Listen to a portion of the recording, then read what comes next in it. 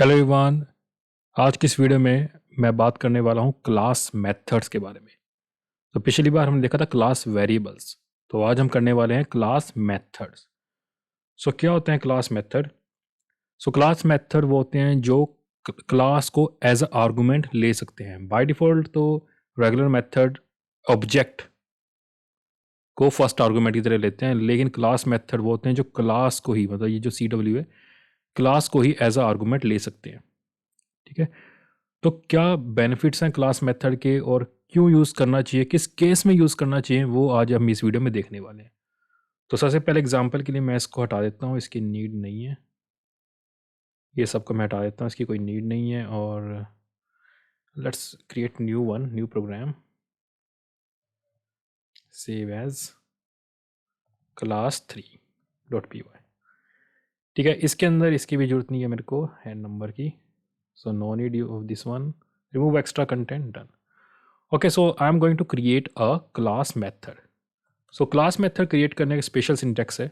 जैसे मान लीजिए मैं इस वेरिएबल को, तो क्लास मेथड, जो क्लास मेथड है वो उसका यूज़ देखते हैं। मान लीजिए इस वेरिएबल को मैं चेंज करना चाहता हूँ, ये क्लास वेरिएबल है। ठीक है, इसको तो मैं कहीं भी चेंज कर सकता हूँ, बाहर भी चेंज कर सकता हूँ। क्लास नेम लिखा, CW लिखा और चेंज कर दिया, ठीक कर सकते हैं। लेकिन इंटरनली एक बड़े ही स्ट्रक्चर वे में कि एक ऑब्जेक्ट से किसी फंक्शन को कॉल करें, मेथड को कॉल करें और तब ये वेरिएबल चेंज हो जाए। तब भी कर सकते हैं कि आप इसको इंक्रीमेंट किसी भी मेथड में आप लिख दो इसको, इंक्रीमेंट फैक्टर को, और फिर उसको चेंज कर लो, वो भी हो जाएगा। लेकिन देखते हैं बड़े अच्छे स्ट्रक्चर से कि क्लास मेथड से उसे कैसे कर सकते हैं। फिर मैं आपको इसका दूसरा यूज बताऊंगा जिसको हम अल्टरनेटिव कंस्ट्रक्टर बोलते हैं। तो देखिए इसमें सबसे पहले मैं लिखता हूँ, मान लीजिए मैं लिखा इंक्रीमेंट,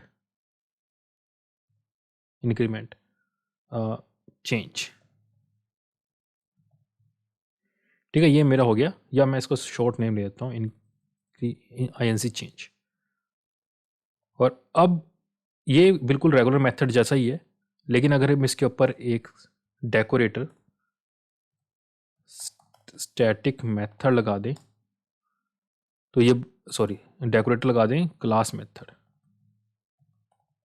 तो ये बन जाता है हमारा क्लास मेथड। तो हमने डेकोरेटर लगाया क्लास मेथड, और ये फंक्शन, ये जो नीचे इसके मेथड है वो चेंज होके बन जाता है क्लास मेथड। अब फर्स्ट वेरिएबल, मैंने कहा था कि first variable takes class as parameter, parameter या फिर आर्गुमेंट बोल लो आप। तो अब अगर मैं यहाँ पे सेल्फ लिख दूंगा तो सेल्फ यहाँ पे ऑब्जेक्ट को नहीं, क्लास को रिप्रेजेंट करेगा। अब सेल्फ देखिए हम पहले भी यूज कर चुके हैं, तो बाय कन्वेंशन सेल्फ हम ऑब्जेक्ट के लिए यूज करते हैं। आप यूज कर सकते हैं बट लेकिन कन्वेंशनली वो ठीक नहीं रहता, तो हम यूज करते हैं CLS। तो CLS का एक वेरिएबल है जो क्लास CW को रिप्रेजेंट करता है। ठीक है, अब इसके अंदर आप ऐसे लिख दीजिए, मान लीजिए मुझे इसको चेंज करना है इंक्रीमेंट फैक्टर को, तो मैंने यहाँ पे लिखा इंक्रीमेंट फैक्टर। अब इसको एक्सेस कर सकते हैं हम क्लास के साथ, आप चाहे CW लिखो या फिर CLS, बोथ आर सेम।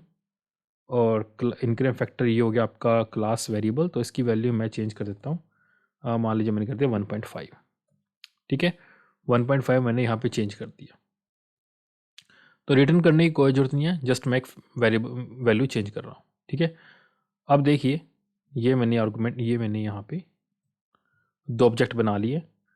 अब मैं इनकी सैलरी, या सैलरी कितनी होगी, जैसे मैं यहाँ पे इसको इंक्रीमेंट फैक्टर को कॉल करता हूँ, इसको मैंने कॉल किया, डन। ठीक है, यहाँ मैंने प्रिंट लगा ही रखा है। ठीक है, ऑब्जेक्ट टू इंक्रीमेंट। ठीक है, अब इस क्लास मेथड को मैं बाय यूजिंग क्लास और बाय यूजिंग ऑब्जेक्ट कॉल कर सकता हूँ, बट इसको कॉल करना एक ही बार है, बिकॉज ये जो क्लास मेथड मैं कॉल कर रहा हूँ ये चेंज कर रहा है क्लास वेरिएबल को। और हमने पिछली वीडियो में देखा था क्लास वेरिएबल शेयरेबल होते हैं, तो चाहे आप ऑब्जेक्ट 1 से करो या 2 से, एक बार करो काम हो जाएगा। INC change, done.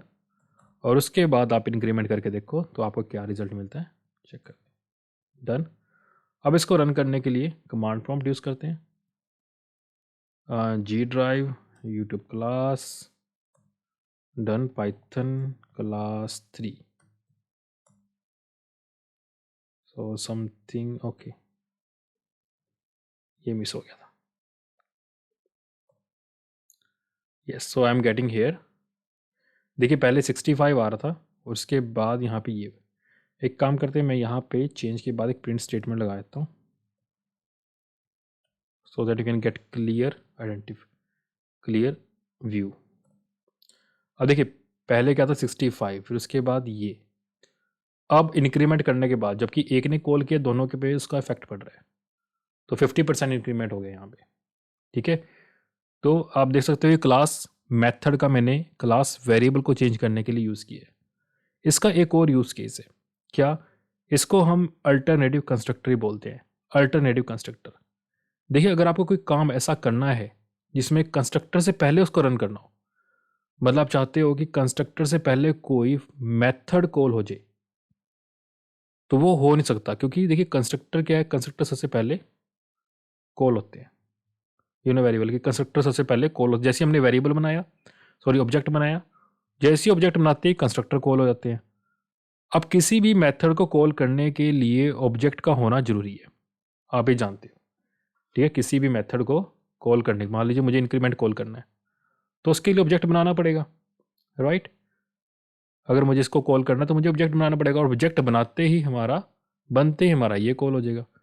तो मतलब कि अगर आपको कुछ ऐसा बनाना है, मान लीजिए आपको कुछ ऐसा बनाना है कंस्ट्रक्टर को कॉल करने से पहले वो मेथड कॉल हो जाए, तो वो रेगुलर मेथड नहीं हो सकता, वो क्लास मेथड ही होगा। कि कंस्ट्रक्टर को कॉल करने से पहले देखते हैं कैसे। मान लीजिए आपको ये ABC कुमार, ये जो स्ट्रिंग ये मिल रहा है आपको स्ट्रिंग केस में। ठीक है, मैंने लिख दिया यहाँ पे। ठीक है, अब मैं इसको रिमूव करता हूँ, इसकी कोई नीड नहीं है, आपको समझ में आ गया तो मैं इसको रिमूव कर देता हूँ। मान लीजिए आपको एक स्ट्रिंग मिल गई,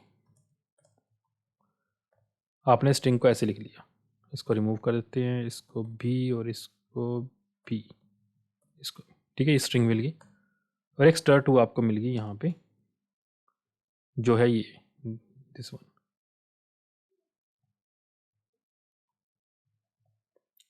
ठीक है, और इसको रिमूव कर देते हैं। तो यहाँ पे 2 स्ट्रिंग आ गई। ठीक है, अब इसको मैं क्या करता हूँ, इसको भी रिमूव कर देता हूँ। ठीक है, डन। इसकी भी कोई नीड नहीं है। अब ये जो str1 है, str2 है, इसके अंदर मेरे पास स्ट्रिंग है।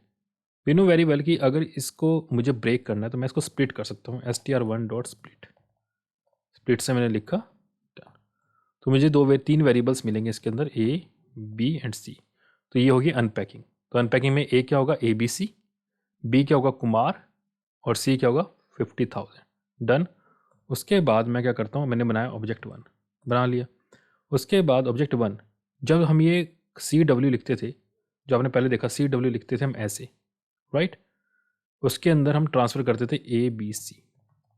ठीक है, लेकिन जैसे ही मैं ये बनाऊंगा मेरा कंस्ट्रक्टर कॉल हो जाएगा। ठीक है, चलिए ये भी ठीक है कि आपने कंस्ट्रक्टर कॉल कर सकते हो, लेकिन मैं क्या कह रहा था कि एक ऐसा मेथड बना सकते हैं कि जो कंस्ट्रक्टर से पहले कॉल हो। मैं कॉल क्यों करना चाहता, देखिए यहाँ पे मैं str को स्प्लिट कर रहा हूँ, और फिर से मैं क्या कर रहा हूँ, ये स्ट्रिंग को ले लेता हूँ, फिर से मैं क्या कर रहा हूँ, इसको रिपीट कर रहा हूँ, ABC str2 के साथ कर रहा हूँ, और ये ऑब्जेक्ट 2 बना रहा हूँ। तो ये थोड़ा रिपीटेबल हो गया कि आप, चलो स्ट्रिंग तो आपको मान लीजिए कहीं आपको फाइल से मिल रही है, वहाँ से हमने उठा लिया, लेकिन ये लाइन रिपीट हो रही है। अगर मान लीजिए मुझे 5 ऑब्जेक्ट 10 ऑब्जेक्ट्स बनाने पड़ते तो ये लाइन बार बार रिपीट होती। तो इसका क्या सोल्यूशन है, तो इसका सोल्यूशन ये है कि हम एक फंक्शन बना ले जो ये काम कर सके। अगर हम फंक्शन बनाएंगे और उसका क्लास से कुछ लेना देना होगा तो अच्छा नहीं लगता। तो हम क्या करते हैं, एक अंदर ही मेथड बना लेते हैं, डेफ एल्ट कंस्ट्रक्टर। अब इसको हमने क्लास मेथड बना लिया, क्लास मेथड। ठीक है, क्लास मेथड बना लिया और अल्टरनेटिव कंस्ट्रक्टर में CLS पास कर दिया, डन। और एक स्ट्रिंग भी जाएगी इसके अंदर, str1। अभी जो काम आप बाहर कर रहे थे ये वाला, अब आप पहले इसके थ्रू करा लो। कैसे, जो स्टर है इसको मैं इंटरनली इसको लिख देता हूँ, लिख दिया, और रिटर्न करता हूँ मैं ABC। ठीक है, ए बी सी मैंने, अब सी क्या है वो भी स्ट्रिंग रहेगा तो मैं इसको इंट कर देता हूँ। तो ये देखिए ये यहाँ पे रिटर्न हो गया। ठीक है, अल्ट कंस्ट्रक्टर।